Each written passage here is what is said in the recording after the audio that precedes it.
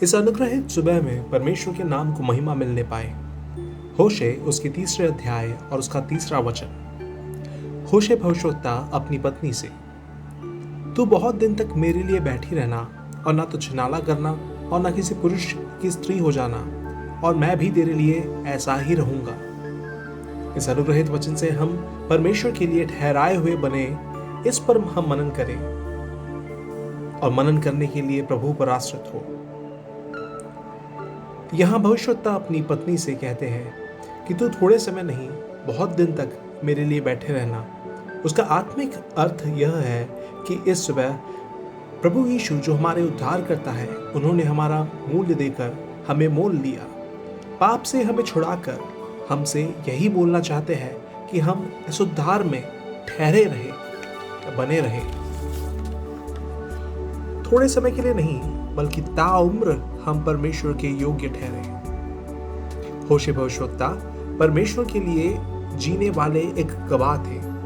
जो वो प्रचार करते थे, वैसा ही वे अपने जीवन में उसका पालन करते थे। नए नियम में यूहन्ना यदि प्रेम का शिष्य जाना जाता है, तो पुराने नियम में होशे प्रेम का भविष्यवक्ता जाना जाता है। होशे भविष्यवक्ता यदि परमेश्वर यहोवा के और उनके प्रेम जिसे मापा नहीं जा सकता है, उसका चित्रण करते हैं, तो होशे की पत्नी गोमेर इजरायली लोगों के आभार रहित होने और परमेश्वर से भागने की अवस्था को चित्रण करती है। परमेश्वर अपने लोगों से बार बार प्रेम करने के बावजूद लोग उस प्रेम के बदले बार बार पाप करने वाले ठहरे। परमेश्वर को अपने लोगों से गहरा प्रेम प्रकट करते हुए होशे भविष्यवक्ता ने व्यभिचार में जीने वाली एक स्त्री को अपनी पत्नी स्वीकार किया। उस पत्नी से 2 पुत्र और एक पुत्री उत्पन्न हुई। होशे भविष्यवक्ता के साथ कुछ समय जी के 3 बच्चों को पैदा करने के पश्चात फिर से वो स्त्री एक गैर पुरुष के साथ निकल गई। स्नेह और पिघलने वाले मन रखने वाले प्रभु के प्रतिनिधि होशे भविष्यवक्ता से फिर से परमेश्वर कहते हैं कि तुम उसे ढूंढो और जिस गुलामी में वो गई है, उसे मोल देकर वापस लेकर आओ। भविष्यवक्ता प्रभु की आज्ञा मानकर मोल देकर उसे गुलामी से वापस लाने के पश्चात उस स्त्री से भविष्यवक्ता बोलता है, तुम बहुत दिन तक मेरे लिए बैठी रहना। गोमेर के जीवन के 2 पहलू हमें समझना है। पहला, जब वह भविष्यवक्ता की पत्नी नहीं थी, उससे पहले का समय जब वह नहीं जानती थी कि प्रेम क्या है, परंतु भविष्यवक्ता की पत्नी बनने के बाद प्रेम क्या है समझने के बाद भी उसने प्रेम के विरुद्ध पाप किया।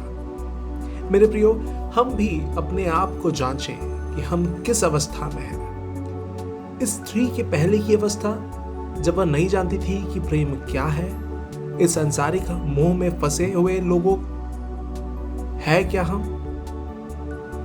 सोना चांदी से नहीं, पर हमें प्रभु यीशु के बहुमूल्य पवित्र लहू के बहाए जाने से मोल लिया गया है।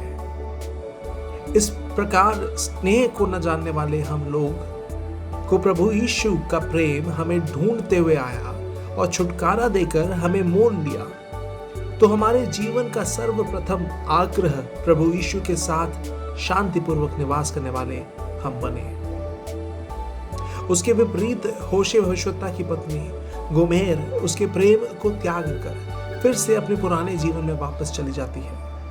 यदि हम भी इसी प्रकार अपने पुराने जीवन में लौट जाते हैं, तो परमेश्वर के स्नेह के विरुद्ध हम पाप करते हैं। मेरे प्रियो, इस सुबह हम अपनी वास्तविक अवस्था, प्रेम क्या है जाने बिना पाप में फंसे हुए हैं, या फिर परमेश्वर का प्रेम क्या है जानने पर भी उसमें स्थिर न रहते हुए अपनी पुरानी अवस्था में लौटने वाले हैं।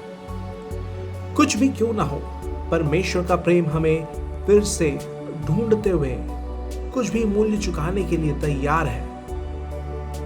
पर एक शर्त है कि हम बहुत लंबे समय तक परमेश्वर के साथ बने रहें। पुराने समय में हमारे त्यागे जाने वाले अनुभव को शैतान हमारे सामने लेके आएगा। सांसारिक मोह लेके आएगा, लेकिन उन सब का त्याग कर हम परमेश्वर के होकर जीवन बिताए। ध्यान रखिए, हर एक बार जब हम पाप के गुलाम बन जाते हैं तो पवित्र आत्मा हमसे यही कहना चाहती है, प्रभु के बनकर रहो। मिलकर प्रार्थना करें। पवित्र परमेश्वर, हम आपके प्रेम को नहीं जानते थे, परंतु अब हम आपके प्रेम को जानते हैं। अपने जीवन में कभी भी हम आपके प्रेम के विरुद्ध पाप नहीं करें, प्रेम में बने रहे और आपके साथ निवास करने वाले बने। परमेश्वर हमारी सहायता करे। आमीन।